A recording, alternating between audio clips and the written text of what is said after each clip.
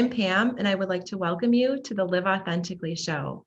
My team and I help other people live authentic lives, and we do this a number of different ways through this show, through our Facebook group, www.liveauthentically.today/FB.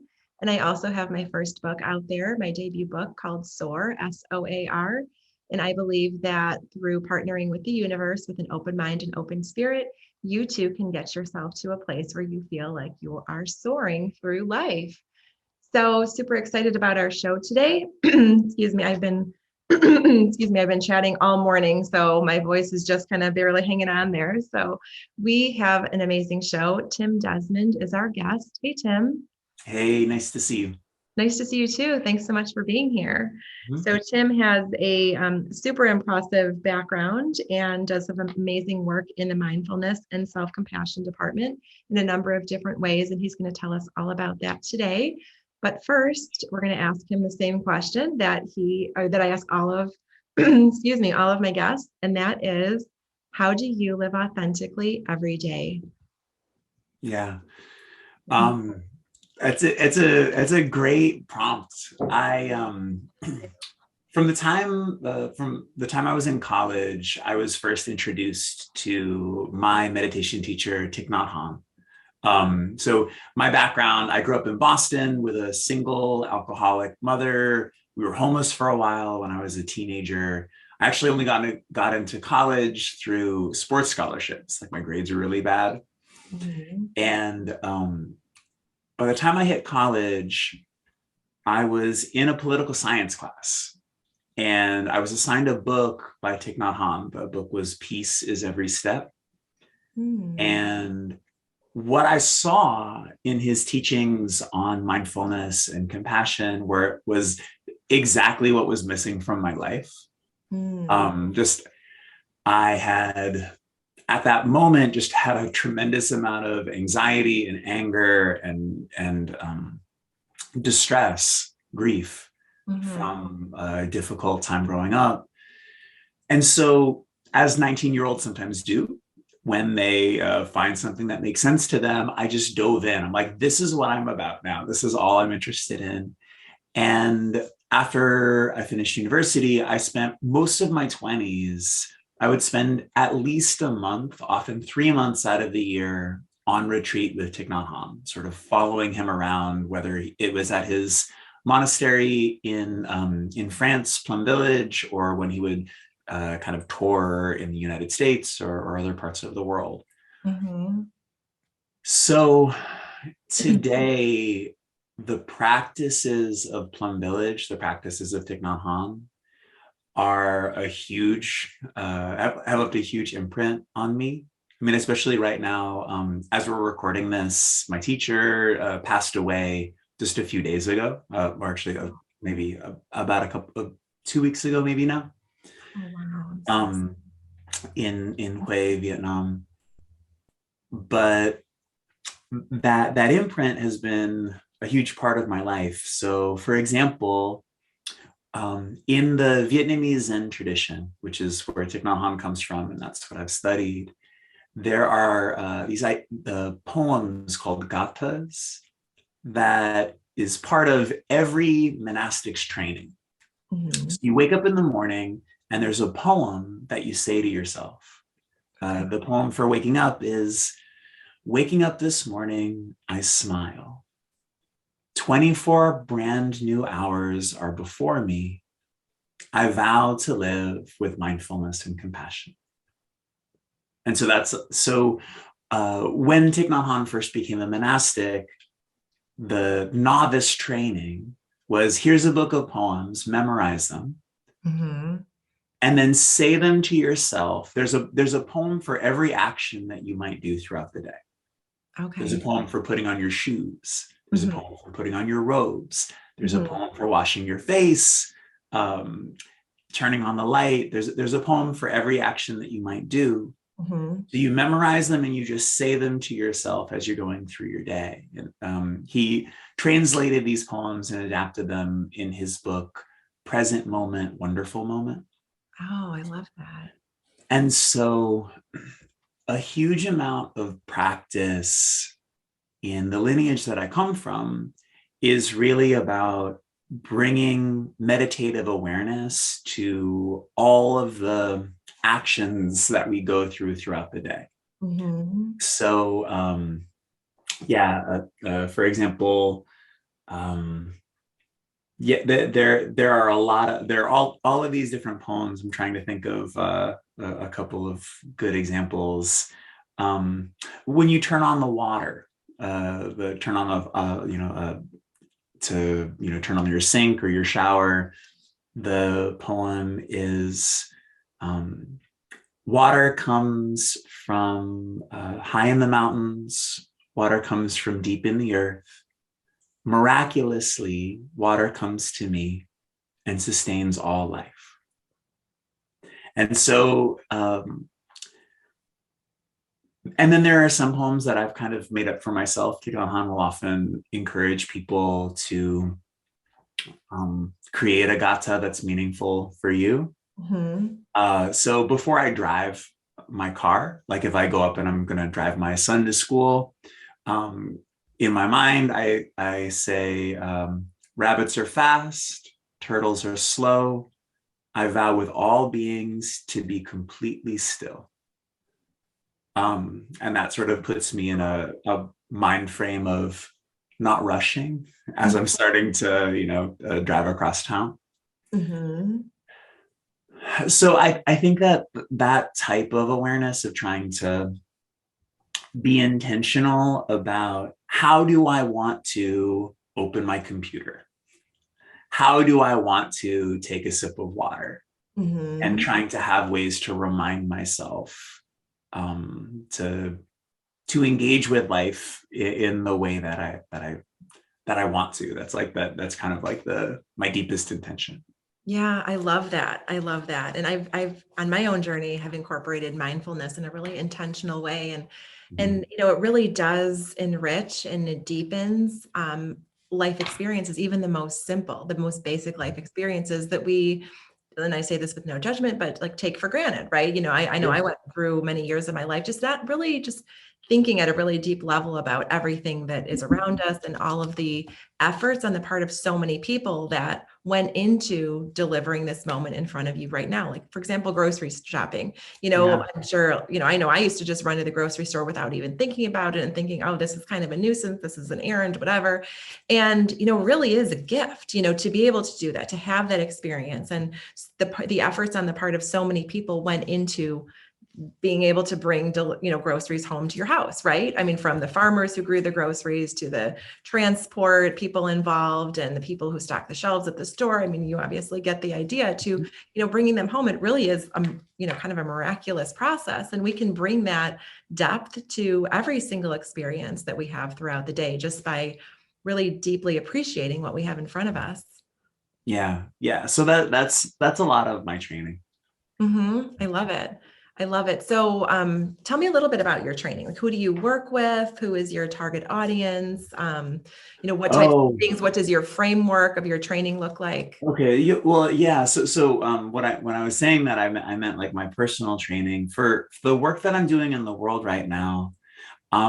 I spent several years teaching meditation and writing books, and it got so Thich Nhat Hanh, the core thing that he would talk about in terms of the practice of mindfulness and the practice of Buddhism is he would say that the energy of compassion is what transforms suffering. It's what has the capacity to transform suffering. Mm. So all human beings suffer, and recognizing the presence of suffering is the that's the first noble truth in Buddhism, is recognizing that there is suffering here.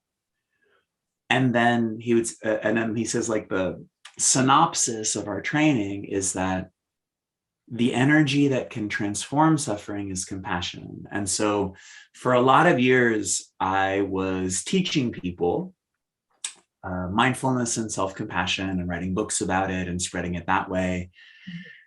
And then I decided about almost 3 years ago that I wanted to try to make something easier for people because training yourself in self-compassion, especially if you don't have like a ton of time and space to be able to really discipline yourself, it's people certainly make major progress, but I wanted something that would be easier.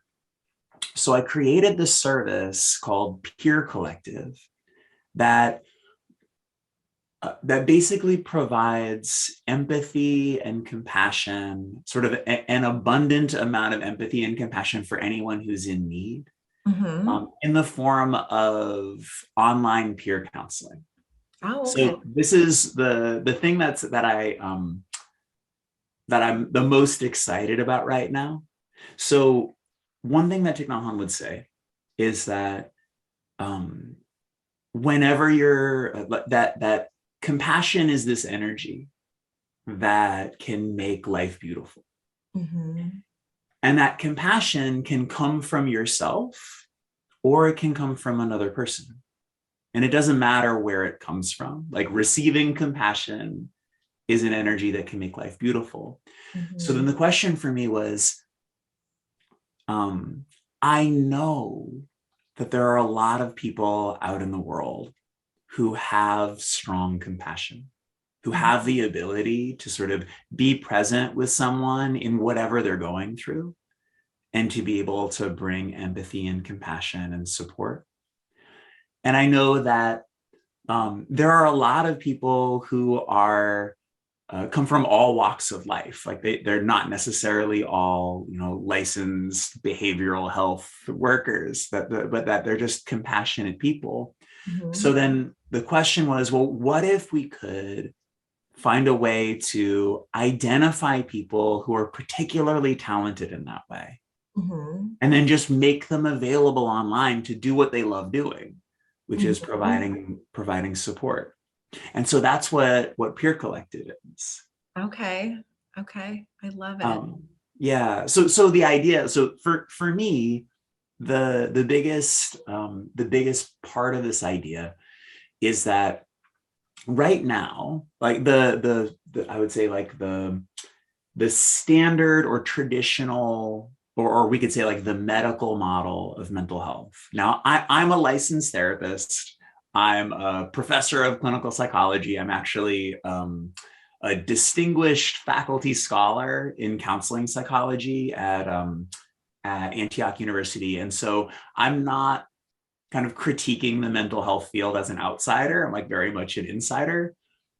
But the sort of the traditional model in mental health, the sort of medical model, is I think the biggest or one of the biggest difficulties is the idea that what qualifies someone to be able to provide emotional support.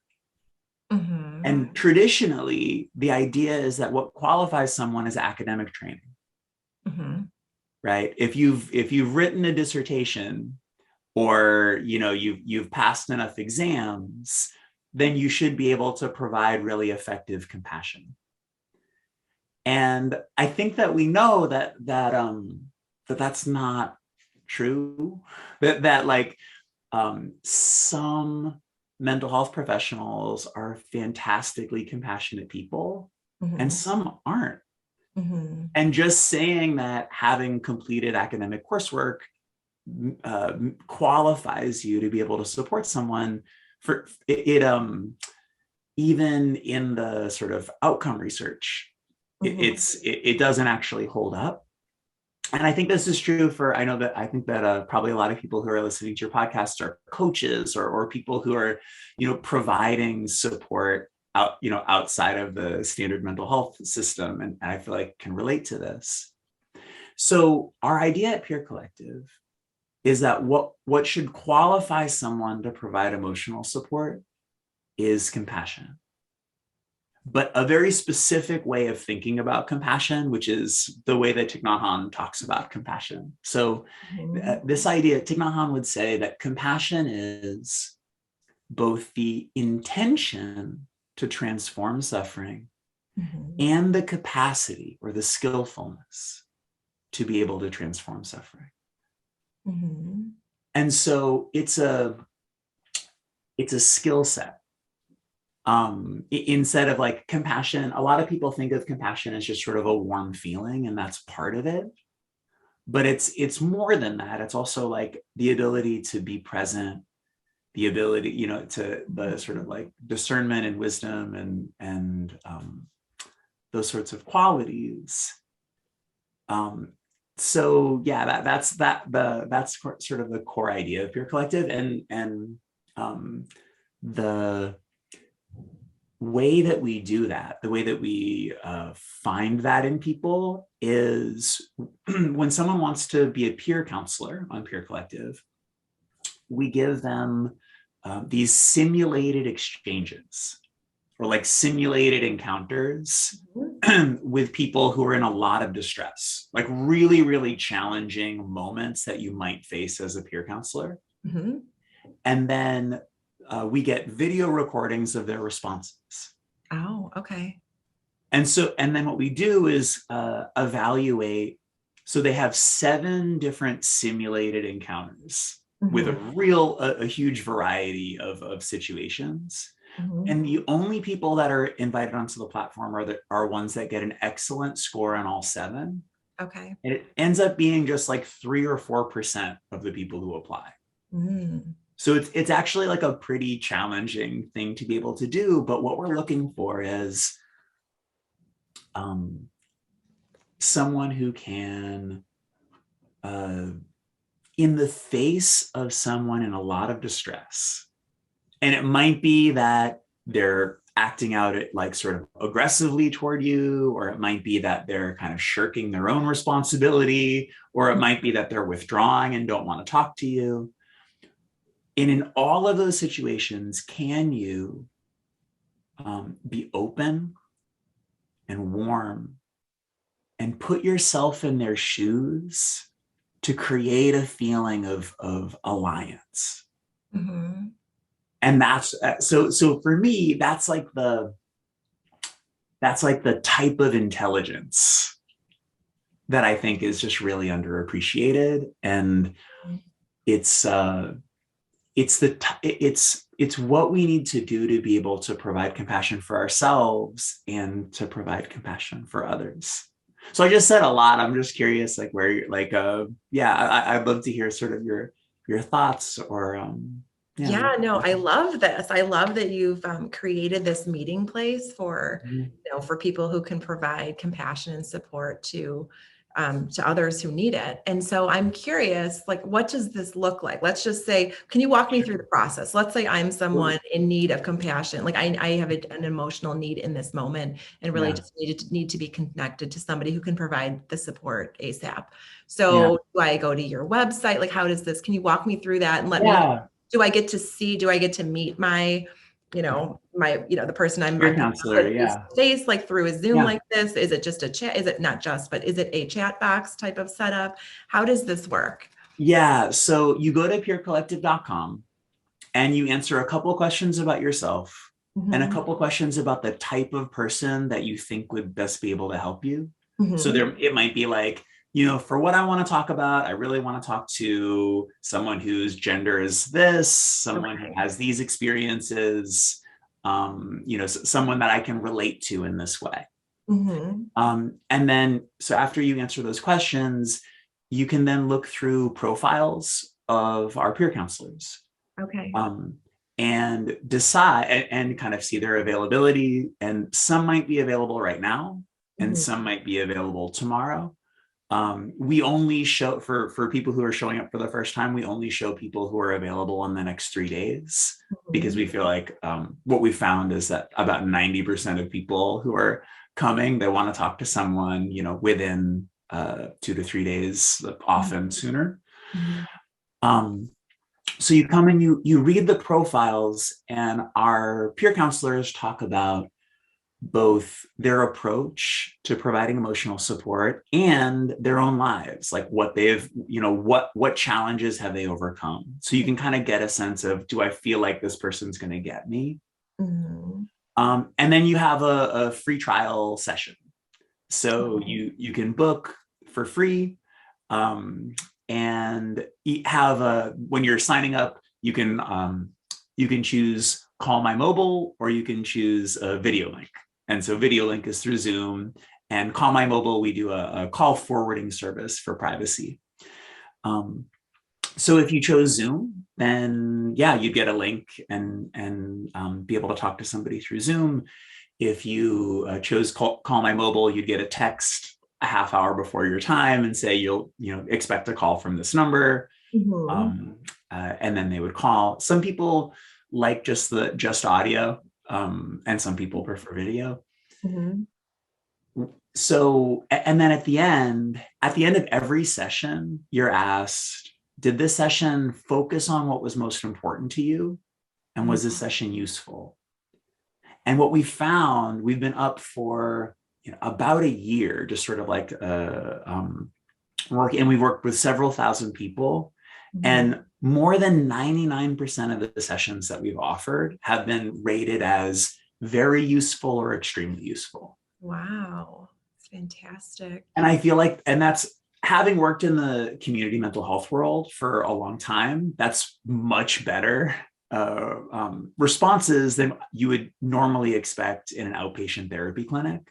Mm-hmm. And I believe the reason why is because when I was running an outpatient therapy clinic, I was only allowed to hire licensed professionals, and I didn't have a way. We would interview them, but I didn't have a way to really see how they would respond to someone saying, you know what, I don't trust you. Mm-hmm. I think you're phony. But with Peer Collective, I can, that's the only thing that we look at. Mm-hmm. It's like, how do they respond in those challenging moments? And people who can be fully present and authentic and loving in those moments, it's like, yes, that's what matters. Mm-hmm. Oh, I love that. So is there, are most of these engagements shorter term? Do people just do a couple of sessions, or do some of them turn into longer standing relationships? Yeah. So what we found is about 30% of the people who've used Peer Collective use it at least 3 hours a month. And we started our first kind of experimental launch 18 months ago. Mm-hmm. And we didn't announce anything. We were just sort of like put the website up, and people could find it through I wrote like 1 or 2 blog posts just to kind of see what would happen. Mm-hmm. About a third of the people, so it's been consistent this whole time, about a third of the people who signed up 18 months ago are still active. Wow. And so what we found is that about 10% of our users will do their free session, mm-hmm. and then they'll disappear for anywhere from 3 to 8 months. Okay. And then they'll come back and do more. Mm. And it's this idea of like people who had a great experience, but then that was all that they needed for the moment. Mm-hmm. And then they remember, and then the next time they needed something, they remember like how helpful it was. Mm-hmm. And then there are other people that do, anywhere from like 2 to 4 sessions, and then they disappear. Mm-hmm. And then there are people that are, get a subscription and sort of like come back every week. Mm-hmm. So we want to, so my vision, I want everyone to feel like when they need empathy, when they need compassion, when you want someone to, when you just need that feeling of someone who understands you, that you can just, that there's a place that you can go where whether it's someone I already have a relationship with or whether it's someone new, they're going to be someone who is like really good at that. Mm-hmm. And then after the free session, depending on your plan, it starts at just $28 an hour. Okay. So it's like this, the idea is like making it really affordable. Mm-hmm. Yeah. I love this. I love everything about this model. So what do you love most about what you do? I love teaching people therapy. Like I love teaching people counseling skills. Mm-hmm. So the idea is humans have this way of, I agree with you, I don't agree with you, you're on my side, we're enemies, like just sort of like this White. black and white thinking. Yeah. And especially you're my friend or you're my enemy. And so if you say something to me that's like challenging to me, or you say, yeah, that didn't help, or whatever, like whatever you, it's, there's a type of judo or or tai chi that we can practice, where whatever someone says is their way of asking for love. Mm-hmm. And training people who are already kind of talented at this, to be able to see like, oh, even there, this person's asking for love. Mm-hmm. And helping someone to be able to see that. Like, that's what I love about it. When I would teach clinical psych doctoral students, Mm-hmm. it was not really that much fun, because they were overworked. They just kind of wanted to get their degrees. Mm-hmm. I remember like going in and I remember like in this one doctoral seminar, someone asked a question that was like well covered in the reading. And I was like, okay, well, probably someone else can answer this. And everyone just kind of like looked around. And I was like, did anybody read for this class? And what it felt like was people, this system where they just felt like they were jumping through hoops. And so long as they jumped through all the hoops, they were going to get where they wanted to go. Mm-hmm. At Peer Collective, we've gotten rid of all the hoops. And it's just about creating a heart connection. Mm-hmm. And so what I can do is like, for example, like the very first video that you watch, video simulation that you watch when you're applying to be to be a counselor, is someone who says, so you're acting really nice, but you're paid to be nice to me, so it kind of feels phony. And then your video turns on, and it's like, what do you say to that person? Mm-hmm. And the question is, are you seeing them as someone who's like confronting you and sort of like attacking you? Or are you seeing them as someone who's saying, I really want to be able to trust you, mm-hmm. but I don't know how. Can you help me? And it's the people who can see it the latter way are the ones that we bring on. Mm-hmm. Yeah, because they exemplify, right? They demonstrate and embody compassion right from the get-go, right? Yeah. Rather than being ego-driven and kind of putting on, being all defensive and having the walls come up, just say, you know what, let me step into this person, or try to step into this person's human experience and realize that, what they're saying, their reaction is really being filtered through the lens of their own life experiences. Right. Yeah. If we choose the higher vibes, find the pathway through love and compassion and empathy, the higher vibes, the soul-based initiatives, which is how your business is founded. It's what you're all about. And it's why you're experiencing the success that you're experiencing, right? Don't you find that, like, since you're so focused on the heart connection, the soul, everything else kind of takes care of itself. Yeah, absolutely. Yeah. And I think that, just remembering that there's like in every meditation practice, in remembering, okay, why am I doing this? Like, why do I feel like this is worth my time? Whenever I'm teaching meditation, I have that same kind of thing of, okay, don't just, practice sitting meditation because that's the first thing that you do when you wake up. Mm-hmm. It's great that it's the first thing you do when you wake up, but when you sit and you get on your cushion, ask yourself, why am I bothering to do this? And see what, like, if you can't come up with an answer, then you're probably then you won't have a really productive session. You won't really be benefiting as much as you could. And it's like, it's because I want to feel more alive. Mm-hmm. And if you just remember that, then the next 20 minutes of sitting is like rooted in that intention, in that heart intention. And yeah. And so like whatever we're doing, it's being able to be like, why?